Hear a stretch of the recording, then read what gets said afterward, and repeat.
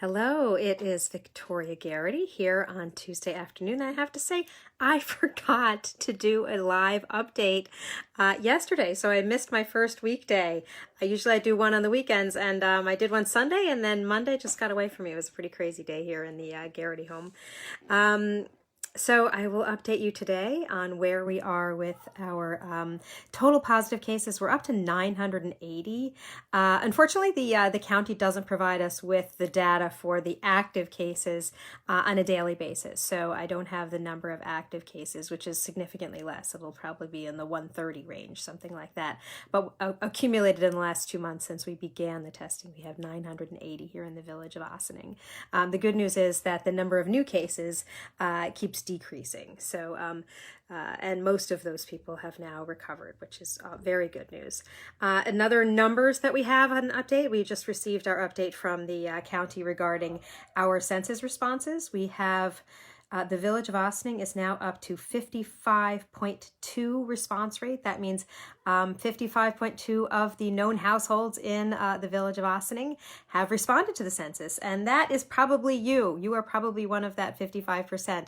But it also means that someone who lives near you, who goes to school with your child, who goes to church with you, who you know in some way, shape, or form may not have responded. In fact, they haven't, because just over half of us have responded so far. So I encourage you to find a way to reach out to someone that you know. Text them, call them, send emails to friends individually, look through your address book and look for family members that may not have responded, and encourage them to please respond. If you'd like some information to be well armed to answer questions for folks, the Village of Ossining, villageofossining.org webpage, we have a little icon that says Ossining Counts, and you click on that and there's tons of information and links and resources all related to the census, how important it is, how safe it is to do, and how critical it is for our community to have a great response rate. 10 years ago, we only had a 64.7 response rate. We definitely want to do better than that this time. Otherwise, we are missing out on money coming into our community from federal and state funding, and that is critically important. It's important to our schools, to our village, to our town, to our roadways, to our fire departments, to all the medical establishments in our region that service our community.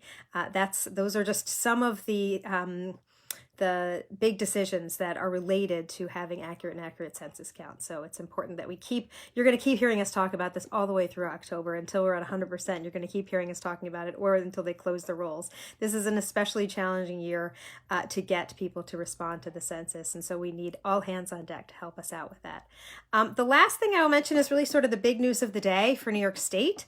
The phased reopening is starting in some parts of the state. As you know, or you may or may not know, New York State is divided into 10 regions. We are part of the Mid-Hudson region, which is 7 counties. Let's see if I can do them all.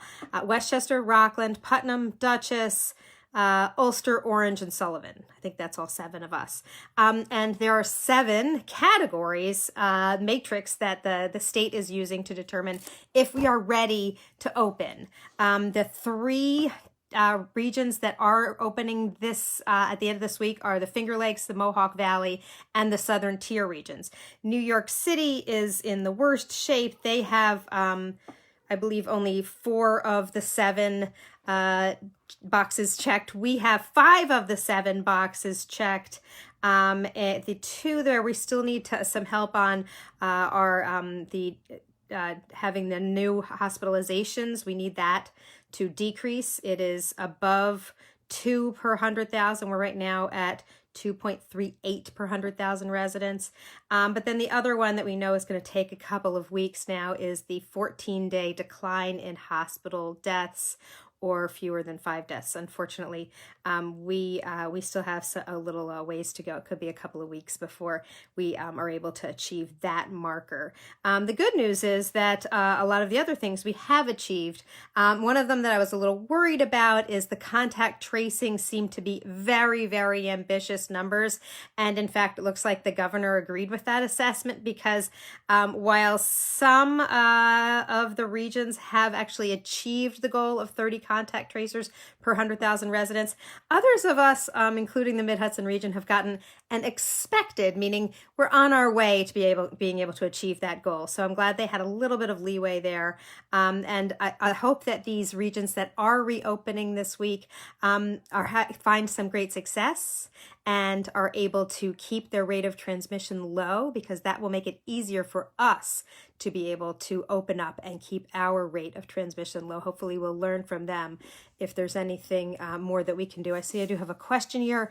Can people get a ticket for not respecting social distance? There are fines that can be issued for people who are not following the guidelines of masks.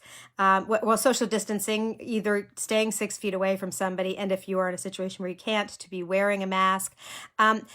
Typically what happens is a person can be asked, if the police are present or are called to the place, and can be asked to put on a mask or to keep their distance.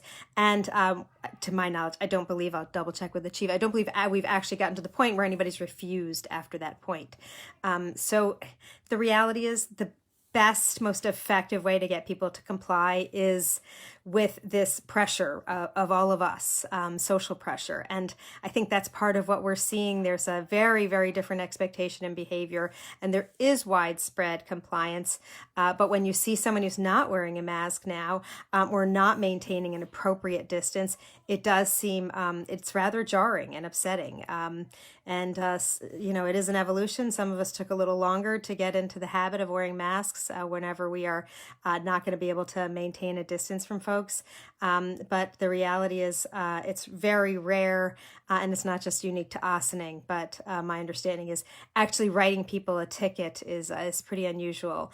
The bigger concern would be if we saw, or even with businesses, local businesses or organizations, if they were not complying with the regulations about masks or appropriate procedures to deal with the businesses, and that could actually have a pretty big impact on a number of people, both their employees and customers. Thankfully, we have seen widespread compliance, although I do hear about particular instances where that's not happening, and when I've been notified of an area or an occasion where it could be happening again, I have reached out to the chief, and I know that he is that they have sent officers to different locations where this concerning potential behavior has been raised. And Ms. Espinosa, she's very concerned about when non-essential businesses will open. And that was we were just talking about that a couple of moments ago. And so I guess I'll end with a recap of that, because that is what's on everyone's mind. When will we be able to reopen? And what will that look like? How can we do that safely? The first phase of reopening, when we are able to do it, which is still going to be a couple of weeks away in the Mid-Hudson region, but that first phase is manufacturing, construction, and wholesale supplies, which are industries that where there's a greater ability to be able to maintain social distancing. Oh, and I should also say that includes, I think, forestry and fishing and agriculture. So forestry, I think that might mean that if you were looking to have a tree planted in your yard, for example, but that was not considered just basic maintenance of your landscaping, then that might be able to happen in a couple of weeks if we are indeed able to reach our 7 out of 7 check marks that we need to get from New York State. Right now we are, as I said, at 5 out of 7. So we're still waiting to get our 14-day decline in hospitalizations and our decline in hospital deaths to get those rates down and consistently low. Phase 1, as I said, will be construction, manufacturing, wholesale trade, select retail for curbside pickup only, and agriculture, forestry, and fishing. And then in phase 2 will be the professional services, finance, insurance, retail, administrative support, and real estate, rental, and leasing. And only then in phase 3 do we get restaurants and food services, and then in phase 4, the arts, entertainment, recreation, and education. Now, how we go from phase to phase to phase, we will remains to be seen. All we know so far is that there will be at least a 2-week time period at each phase, and during that time they will be monitoring the rate of transmission. The rate of transmission right now throughout the state is below 1. We need to keep it at below 1 and not higher than, once it gets to 1.1, they stop. They stop with the phased reopening, and we may even have to go backwards, which is why that question about the masks and maintaining social distancing was that much more important. We need to do everything we can to slow the spread, to reduce the rate of transmission, so that when we have this phased reopening, whether we're going to a salon and getting our hair cut, which I guess is phase 2, or if we're just, somebody's able to go back to finishing doing a construction project, that we are able to do it in a way that continues to hold down the level of the rate of transmission. We've been doing a good job at pulling down that curve. It's been pretty remarkable to see how effective these measures have been. It's going to be even harder. We're going to have to be even more vigilant in our practices once we start seeing the phased reopening, which will inherently increase the potential for contact. But as it stands now, we've got at least 2 weeks here in the Mid-Hudson region before we get to have phase 1, because it's going to take nearly 14 days. It was just a couple of days ago when at least in the Mid-Hudson region we'd interrupted our pattern of the decline in the hospitalization rates, or the hospitalization deaths, I guess.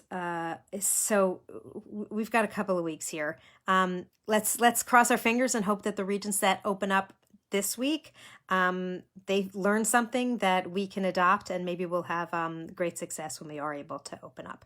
Until then, I'm still wondering what the school year is going to look like next fall for our kids. We are doing an awful lot to get ready to celebrate the seniors who are graduating. That's sort of the fun part of trying to figure out how to live in this virtual world. And I'm looking forward to having some fun virtual, socially distanced community building events to take place. The last one that was really super fun was the parade of all of the teachers. That was a really nice way for the community to just have something fun to look forward to and experience together. And we'll have some more fun events like that in this bizarro world that we're living in. Until then, I wish you all well. And that you and your families are safe, and that you are able to find some silver linings in this very, very difficult time that we are all experiencing. Ossining is getting through this together, and we will. Be well.